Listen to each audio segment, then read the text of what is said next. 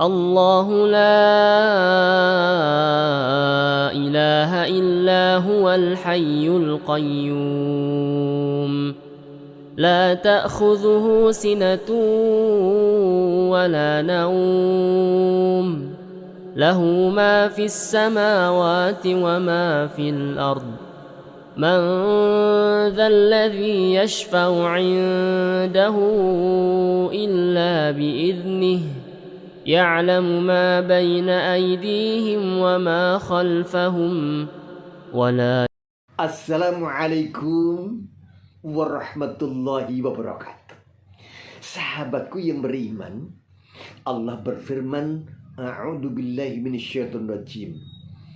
Wa aqimis shalah inna sholata tanha 'anil fahsya wal munkar. Surat Al-Ankabut ayat 45.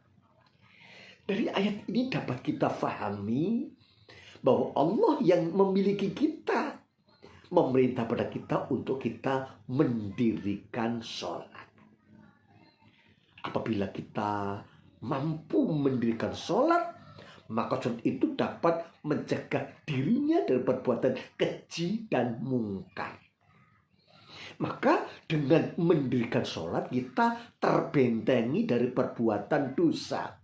Dengan terbentengi dari perbuatan dosa, ini artinya kita akan dijauhkan dari api neraka.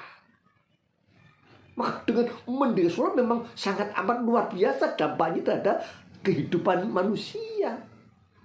Dengan mendirikan sholat, hatinya akan tentram, damai, sukses, bahagia. Maka Allah Subhanahu wa ta'ala yang maha bijaksana mengulang berkali-kali perintah kepada hambanya untuk mendirikan sholat dalam Al-Quran. Dalam surat Al-Baqarah ayat 43. Wa aqimus sholah wa atuz zakah warka'u ma'arroki'in. Dan dirikan sholat, bayarlah zakat, dan rukulah bersama orang-orang yang ruku. Artinya sholat berjamaah. Al-Ankabut bab 45. Surat An-Nisa ayat 103, surat Hud ayat 114.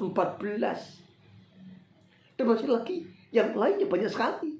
Termasuk surat Toha ayat 14. Aqimis sholata lidzikri.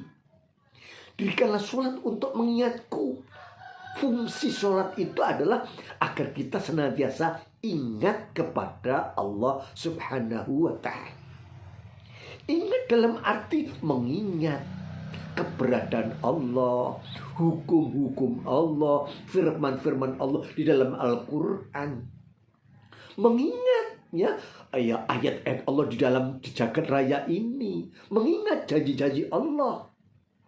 Misalnya dalam surat At-Tolak surat ke-65 ayat 1-4. Wa may yattaqillah yaj'al makhraja wa yarzuqhu min haitsu la yahtasib wa may yatawakkal 'ala Allah fa huwa hasbuh wa may yattaqillah yaj'al min amri yusra.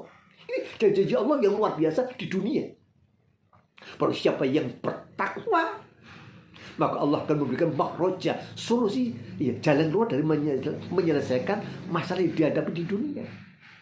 Wa yarzuqhu min haitsu la yahtasib. Allah akan memberikan rezeki yang tidak disangka-sangka. Allah akan mencukupi kebutuhannya. Allah akan memudahkan urusannya. Inilah janji-janji Allah yang pasti akan dipenuhi kepada orang yang bertakwa. Orang yang bertakwa itu bagaimana? Orang yang senantiasa mendirikan sholat. Maka yang dimaksud mendirikan sholat itu bukan sekedar mengerjakan. Kalau mengerjakan sholat itu hanya sekedar takbiratul ihram, membaca doa iftitah, membaca surat Al-Fatihah, membaca surat-surat yang lain atau ayat, kemudian ruku, sujud, diakhiri dengan salam, itu namanya mengerjakan sholat. Tapi kalau mendirikan sholat, ini hatinya hadir. Sholat itu dikerjakan dengan tumak-nina, dengan khusyuk, dengan lahir dari hati yang paling dalam, penuh dengan kesadaran, merasa diawasi Allah. Memang sholat itu merupakan dialog dirinya dengan Allah Subhanahu wa ta'ala. Ketika kita kita membaca ihdinas syiratal mustaqim, ya Allah bimbinglah kami ke arah jalan yang lurus, betul-betul sadar betul bahwa diri itu sedang membutuhkan bimbingan Allah. Maka bentuk tindak lanjutnya adalah dia sungguh-sungguh mempelajari Al-Quran dan hadis Rasulullah Muhammad Sallallahu Alaihi Wasallam sehingga mengerti petunjuk Allah. Karena semua petunjuk Allah untuk menuju kepada kesuksesan, kebahagiaan, surga itu semua tertulis lengkap dalam Al-Quran dan hadis Rasulullah Muhammad Sallallahu Alaihi Wasallam yang sahih.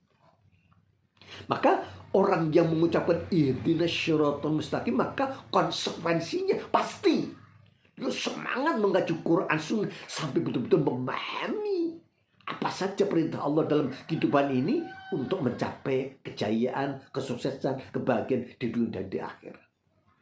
Begitu pula ketika hamba Allah itu sholat, iyyaka na'budu wa iyyaka nasta'in, difahami, diresapi bahwa dirinya itu ya hanya kepada Allah saya menyembah, saya menghambakan diri.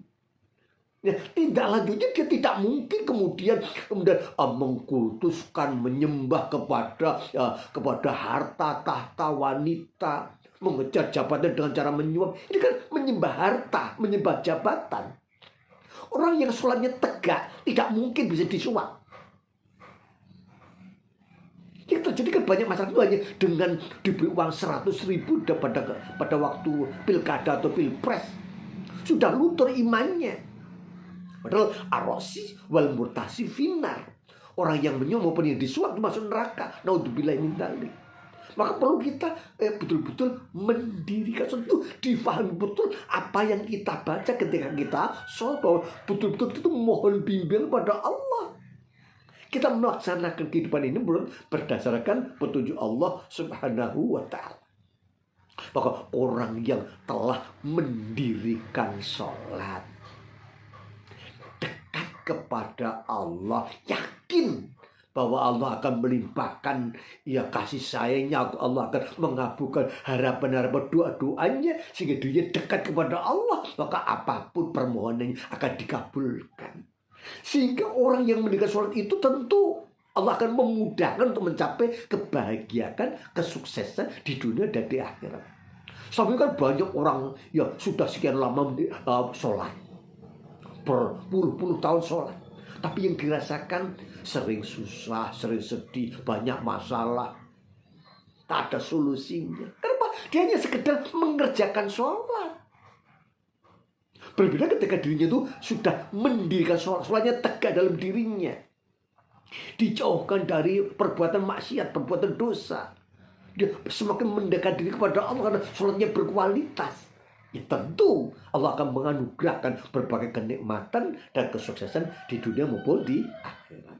Mudah-mudahan Allah membimbing kita untuk kita mudah mendirikan salat sehingga kualitas hidup kita, bagian kita akan semakin meningkat. Kurang lebihnya mohon maaf. Akhirul kalam. Assalamualaikum warahmatullahi wabarakatuh.